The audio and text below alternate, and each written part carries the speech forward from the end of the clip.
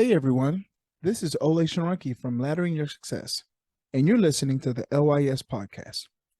Donell Cooper is a public servant, philanthropist, and more. He is the president of the Greater Houston Frontiers Club, chair of Houston Community College Black History Committee, and recently ran for City of Houston Council at Large, position 3. We're very thankful for him joining us this afternoon, so if you could just give us a warm welcome to Mr. Donell Cooper. So, as always, sometimes we see people in the city of Houston, we see people in our neighborhoods, people who are champions, people who are making things happen. And to some of us, it's just like, man, they special, they just got there. Like, they just got it like that. But we know there's a lot more to the story. And so one of the things we like to do is we like to tell people, we share our story to hopefully impact their story. So tell us about your story. What was education like? What was growing up like? What was the formative years like that made the man that we see before us today? Gotcha. Well, first of all, I want to thank Olay. I want to thank you, Festus, for even just inviting me out today. It's always a privilege to stand with other black men, just to kind of be able to tell a little bit about yourself. And so, for the audience today is not an opportunity to brag. It's just, I'm just sharing a little bit about me, because at the end of the day, I'm just a community servant. But my childhood was a little different, maybe too far from some. There's actually 5 of us. I have 4 other stepbrothers and stepsisters, but we're so set. We're almost like 20 to 25 years difference in age. Well, I always grew up with this, said I was very vocal about saying I'm the only child. Because again, so we never really had anything, in partnership with each other. But blessed to still have me, and my mother and father still here with me. Dad getting ready to turn, 84 years old this year. My mom will return 79. But I grew up Catholic, and so we're right in South Park, South Park, Houston. And there's a Catholic school right down the street, St. Philip Neri. And I tell people, when I was in Catholic school, it was still mostly all predominantly nuns. And so, I go back to the old school disciplinary, actually, because I was not a big boy at all. The ruler. Yeah, I mean, rule on the number, holding the books in the corner on your knees. Oh, yeah. Your nose on the wall. It sounds simple, man, but those things are just dreadful. Yeah. You have to go through. So, but that was really my sounding board. I tell people, my mom was in oil and gas. My dad was a truck driver. So a mom and father who had a very disciplined, very different dynamic in regards to what I call oil and water. They make the best of my dad being from Arkansas, Louisiana. My mom being from Baton Rouge, Louisiana.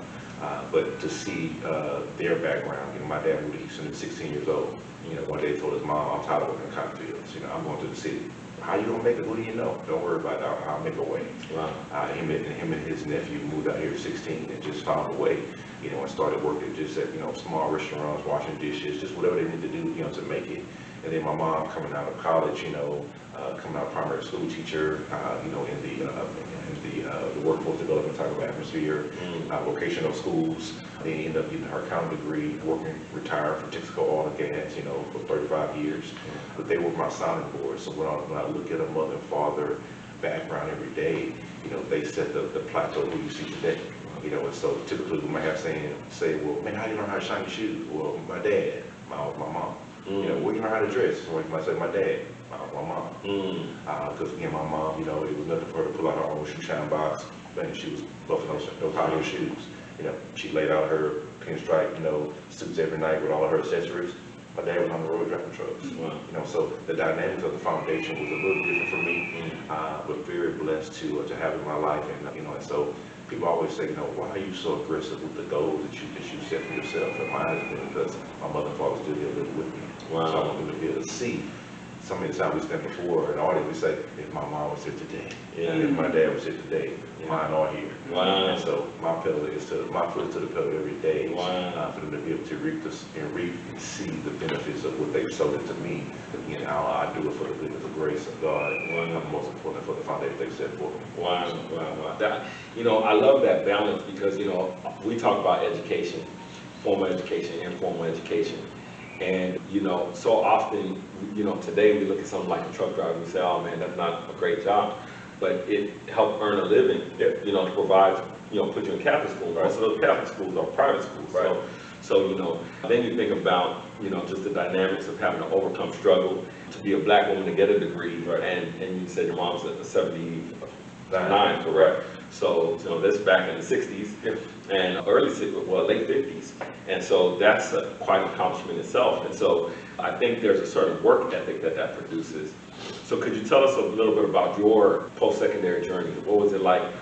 What high school did you go to? Graduating from high school, what college did you go to?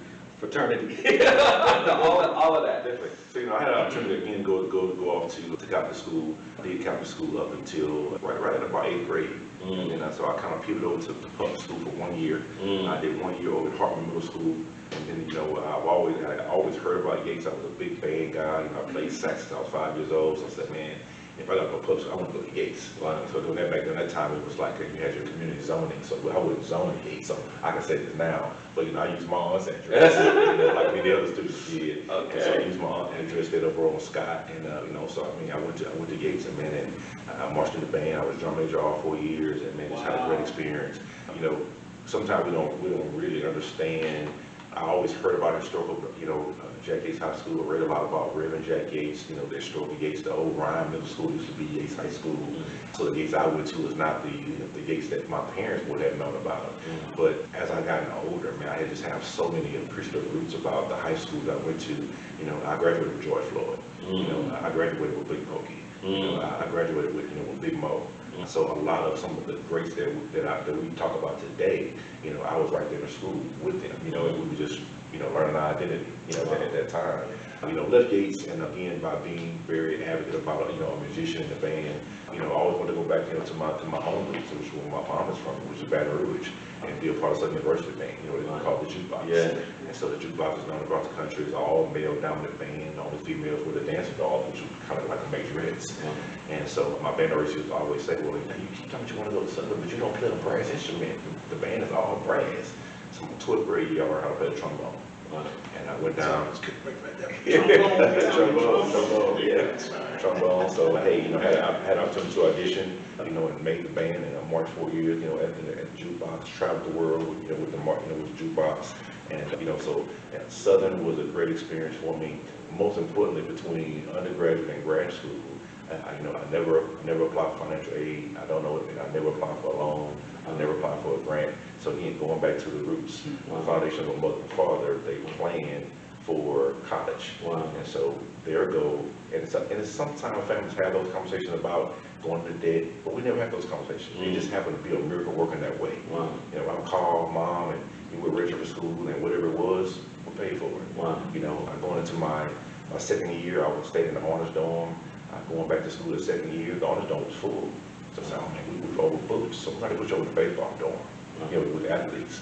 And then my mom walked over and looked at us, she said, no, we ain't staying here. We're going to do something different. So I did have to call my dad, who didn't go with us, and say, Dad, I know we had this conversation this summer, but I'm going to have to get an apartment. Dorm is booked. Mom don't like the baseball dorm. I need somewhere to stay.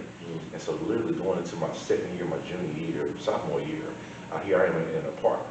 Again, didn't have those conversations as, leaving home about being accountable, paying bills, being responsible, having your own place, safety. So here I am learning. So you had all the parties. It was a real life scenario, because I didn't really stay right off campus. I stayed way off campus. So I had, talking about a car, commute. I learned the word of commute, on time, getting to a college ground, on time, and being still very respectful for class, So college was very different, but going back to that fundamental basis of my mother and father, I worked 2 jobs the whole entire college. Still been in the bank. So I worked at the American Airlines in the morning, 4:30 to 8:30. I went to school about 2 o'clock, and I was doing class, and I was a manager at Azil's Jury. So anybody at school that was either get married, get proposed, I was that guy. So this is one mall in Baton Rouge, and for students to be able to come through and just look for them. I say we were right in the middle of the mall. Azil's Jury. So I was a manager there, and then the latter part of maybe my junior sophomore year, I pivoted, got into the public service work, politics, and I worked at the Capitol. And so I had a chance to work for a state representative named Cleo Fields down in Louisiana, and really got a chance to really kind of start diving into some community service aspect of my knowledge based on foundation. So, came back here to Houston, went to Southern University, and majored in public administration, undergrad in criminal justice, minor in sociology. And, of course, the College of Public Affairs, there at TSU was very historical, and so had an opportunity to come through some greats, the Dr. Harringtons and Dr. Barrington. If you went to TSU Public Administration, those 2 names, far-fetched. And then I went back to Baton Rouge and still wanted to kind of get some more embedded roots about the public work, public policy. So I learned a lot in that public administration world, but wanted to learn a little bit more and kind of start the groundwork and put it into action. And so from there, career just kind of took off. So my career is kind of a balance of public work, profit, as well as corporate America. I worked 8 years in ExxonMobil. I did 5 years of that 8 in Germany and Munich, and then 3 years in Houston. That brought me back to Houston. During that time, the guy who was a CEO of Exxon, Rex Tillerson, he was the national board chair for the Boy Scouts of America. So I moved to Houston, was always about volunteering for the Boy Scouts on the weekend as a career. And so I got tired of traveling. Was raised with a young family. A lot of that, time in Germany. Back then, we didn't have, FaceTime and all this modern technology. So you can imagine kind of talking through my daughter through a speaker on the laptop. But there was nothing out there that was even a video command at that point. And so I came home with like once a quarter, from Germany. But as I pivoted here to Houston, didn't really like the day-to-day office space style of ExxonMobil. And so an opportunity came up with Boy Scouts. And so I went over to the Boy Scouts, the CEO of the Boy Scouts here in Houston for about 10 years. And it was a very educational, humbling experience for me because I wasn't a scout growing up. And so to be able to travel around the country as a director for the Boy Scouts, talking to parents that were volunteers, talking to boys. But I had one story that I always led with. And Houston has the largest base of African American scouts primarily in the 3rd Ward, Sunnyside, South Park area. And it was named after an African American scout named W.O. Davis. And W.O. Davis started that corridor of scouting here in Houston with Virgil Lawson. And so even though I wasn't a scout, I went everywhere I went. I told that story. Wow. I said, I wasn't a scout, but I'm a part of the W.O. Davis district. One of the districts under my leadership is the W.O. Davis district, the largest base of African American scouts in the country. Wow. So at that point, it wasn't about telling about your scout experience, tell about W.O. Davis. And so the scouting experience was a great volunteer opportunity. Scouting is the largest opportunity for nonprofits in the country, the largest nonprofit company. A board that oversees almost 200 board members of the Fortune 500 companies of oil and gas. A lot of those CEOs are the board members of the Scouts. And so fundraising is no object. But at the same time, like anything else, I saw that there was an opportunity where there was very little growth. And so after a 10-year period, I decided to pivot. And I said, you know what, I feel God moving me to, it's time for me to finally do my public work and get into politics. And so in 2015, I said, you know what, I'm going to pivot, take a hiatus for 2 years and kind of really get my campaign structure together. And I said I was going to run in 2019 for District B. And got married in 2017. And so I felt like, would be a blended family. My wife had 3 boys, I had 2 girls already. And I said, you know what, let me pivot and really focus on family. So I didn't run. And I waited, and of course, as you said earlier in the opening, I just recently ran for city council at large, so now a city at large opportunity became available, which is very rare for the city mix, but not only 1, 3 seats. So out of the 5 at large seats, this was the first year in Harris County, 2023, the 3 out of the 5, these were turned out, and I ran for at large 3, and man, just everything that I've learned in life, I put into that campaign. So very, very intentional time, but intentional time for myself. I think that as we grow up as adults, especially as Black men, there's always someone that says, hey, come look at this business venture with me. You guys are businessmen together. But when have you taken the time to say, I'm going to pivot and do something for myself? So I look back at all the boards I've served on, all the young boys that I've mentored. I've helped 5 young men that have come from single parent homes to college that all call me dad to this day, but I had never taken any time for myself. And so, I took a year and a half and ran the campaign. It was intentional about myself in that space. And, I had a devoted wife that was supporting me along the way. My girls, my universe, as my campaign said, you have a universe that we're going to tap into, and that universe supported me. And, it was a little short of the runoff, but it was a great experience, but we will run again. So Cooper for Houston, we'll be back on the platform time to come. I think you said your mom was from Baton Rouge. Yes. So it kind of made me think as you were telling your story that, if my mom's from Baton Rouge and I'm from Houston, there's this feeling like, you're connected with your mom going back to Baton Rouge. Yes. Giving back. Was that kind of It was, because my mom, she wasn't as probably a big community person, but she was very devoted to church. Okay. And so she, it was nothing for her to be serving on 3 or 4 committees at church. So even though those committees, they might not be community work, but always was busy in church. So, I was probably the opposite. So I took a lot of, what I saw in the foundation within the church home, and I embedded that into the community. But everything the church is doing really should be a mirror of our communities. And so I took a little assertive effort and did a little differently. But again, a lot of that sound of came from my mother. That's awesome. And so now, you're back in Houston, right? You're doing public work. You did work with the Boy Scouts of America, which I love because my dad started one of my troop when I was in church. Okay. My parents had me and my brother in the Boy Scouts. But I want to ask in particular, how and why do you give back so much to Houston? That's a good question. And even on my campaign trail, I never looked at myself as being a politician. I always said, I'm a community champion. I'm a public servant. And I feel like that's what we've gotten away from across the country in regards to politics is a public servant, a community champion. We've made a huge divide in our world in regards to a Republican world, a Democratic world. At the end of the day, we're all out to serve people. And I feel like we haven't we've lost the value of learning how to work across the aisle. And to make the best choice for people, no matter what color, no matter what the denomination is. So that has been what's most important for me. And every millionaire, every successful person has a story to talk about what has made them that person and what has made me my person is giving back, paying it forward. And so when I talk about 5 young men that I've met across the time of my life, I started a group in high school called Men of Distinction. And it was probably about 20 of us that started the organization. And it was a mentor-mentee type organization. And we kind of had somewhat of a step team, kind of like a divine line for training aspect too as well. And when I got out of high school later in life, and I left Exxon, I taught a little high school here in Houston, and over at the old Smiley High School, which is called North Forest now. And I taught a little chemistry there. And while I was there, I said, well, what seed can I plant here? And I looked around all these boys every day, just right from the community. I'm talking to my class. Some of these boys had never been to the Galleria, had never been out of the Northeast Corridor. And I said, wow, I got to find a way. How do I pour into these young men? So I said, let me start a Men of Distinction here. And then we had every Wednesday we would dress up. I reached out to my community sponsors. I had the boys wearing Ivy League ties, white shirts, blazers, and I had teachers who had been 40 years in this school district saying, I've been seeing Festus for 18 years and never seen him in a tie. How did you come over here and get him in a tie? And that grew from just boys wanting to actually not only be a part of the program, but now just kind of wanting to hang out with me all the time. And so every off period, going to school class, at school, going to school class.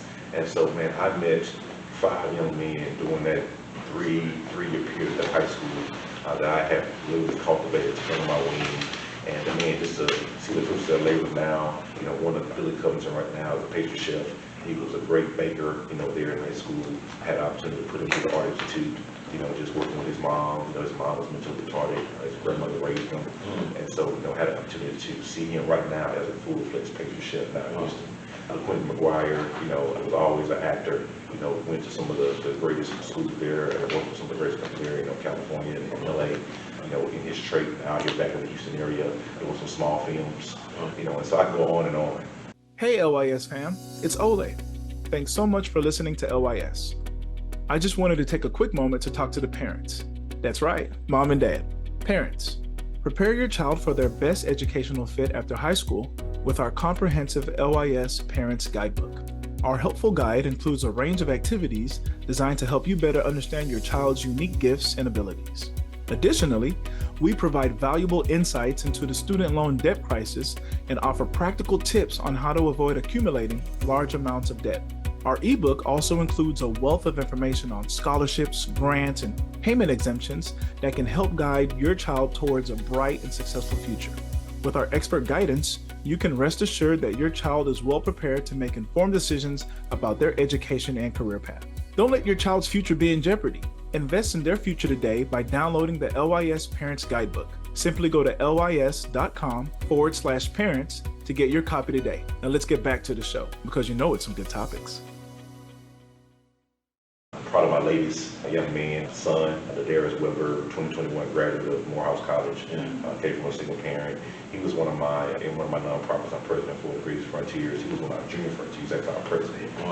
And everything we do as an adult organization, activity, would always say, "This school can I come?" I said, "This is for adults. You're the junior frontiers." And so sometimes it became almost annoying.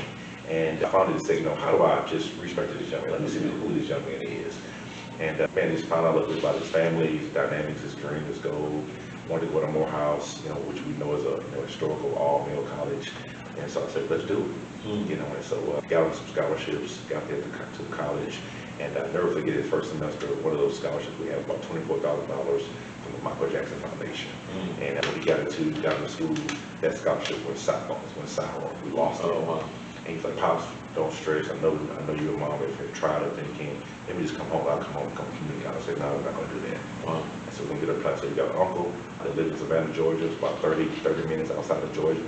I said, because that $24,000 covered his food in his room and board. So he had a key, we couldn't put it in the door. So I said, you know what, this semester, we're going to go stay with your uncle. And that'll give me time to raise some money. We started a GoFundMe. We did about $24,000. We raised about $17,000 with a GoFundMe. And once I got that, I said, I think I can capture the rest just if I can get to the school. We met with the financial aid director, found some additional scholarships. And I said the semester, like, we had a key, it worked. And he was going to the meal plan, going to the cafeteria. And the rest is history, man. He put the rest himself. And when I look back just through his foundation of what he's accomplished, I saw myself. Because again, he's had an opportunity to work on the Biden administration, all the historical Greeks that have come through the college. He was able to host them on college, come for a college experience. And so, I never had a son. I had all daughters. And so sometimes I feel like, my daughters are not married now because I put so much pressure on them. And they always saw Dad doing some stuff. I can't find anybody that can compare to Dad. If Dad was always saying, somebody from a young man give you candy and flowers, he's not the one. But Dad's always been Dad. So I love my girls to death, just after being a father. Doing the community work as a community service takes a lot of time, and a lot of time away from home. And so one thing I can say, my girls have always been my champions. My oldest daughter right now is 25. She's a travel nurse. She lives in San Francisco, doing the work. She works for a company that does organ donation, and so she specializes in kidney, liver, and hearts. Then my youngest daughter is kicking off her freshman year at LSU, kinesiology major. But they were both ball players, man. So I traveled the world with them in AAU basketball, but never wanted to do it professionally. So I learned from the first one to say, hey, you got a full scholarship, got down to college, Dillon University, and we were there for the spring training. And the first day after getting to practice, she said, "Dad, I don't want to play basketball no more." It was just a rough day. It's college basketball. And I knew, no more. This college basketball. I get it. We had a rough day. But she said, "No, Daddy, I really want to just be a nurse." And so the coach was like, "Man, your dad is traveling around the world with you, AAU, you were top at your high school. And I'll tell you what, just go home and think about it. We had a rough first day and come back, the next day. So the next morning I woke up like, we'll get ready for the practice. I didn't say anything about it. I said, we can just get to the school, it should be okay. And we got there and walked into the gym, and the coach said, "Hey, what's your thought?" She said, "I don't want to play no more." Wow. And I was like, wow. And so I said, she said, "Look, I don't want to play pro." And so he said, "Well, honestly, I've never had a nurse to be on the team. We had one of the highest respected nursing schools across the country. I've never had a player that was also doing nursing, so I highly respect the decision. So, but I know it's going to be hard to walk away from the game." He said, "Why don't you come be my manager for the team?" And they practice twice a day, and the manager got to be there. She said, "Well, if I got to be there twice a day as a manager, I'm like, well, play." And she said, "So I'll pass." So she peeled in and she was a cheerleader. And so, but I always respect her decision. So, my daughters are 9 years apart. A lot of that travel time, ExxonMobil, people always say, "Man, 9 years apart, what were you doing?" It was working. But I learned a lot that 9 year period. And so a lot of things that I did with my oldest, I didn't do with my youngest. I wasn't that overseer and really being hands-on. She said she was going out with some friends, some of those younger boys. Hey, as long as I knew their name, it was good. But the oldest one was like, what you mean? I haven't seen them yet. So I did a lot of things different as a father in that 9 year period. But let's just still have them with me. I love them to death, and I get a chance to share all my community work with them now.